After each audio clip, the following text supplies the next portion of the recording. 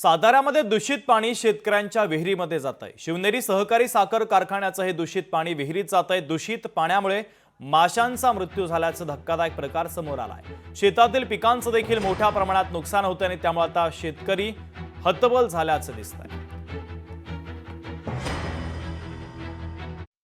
कारखान्यामार्फत जे दूषित पाणी ओढ्याला सोडले त्याच्यामुळे सर्व जलचर प्राणी मृत्युमुखी पडत आहेत। तसेच आज रोजी वित्तहानी होते पण भविष्यात जीवितहानीही होणार आहे।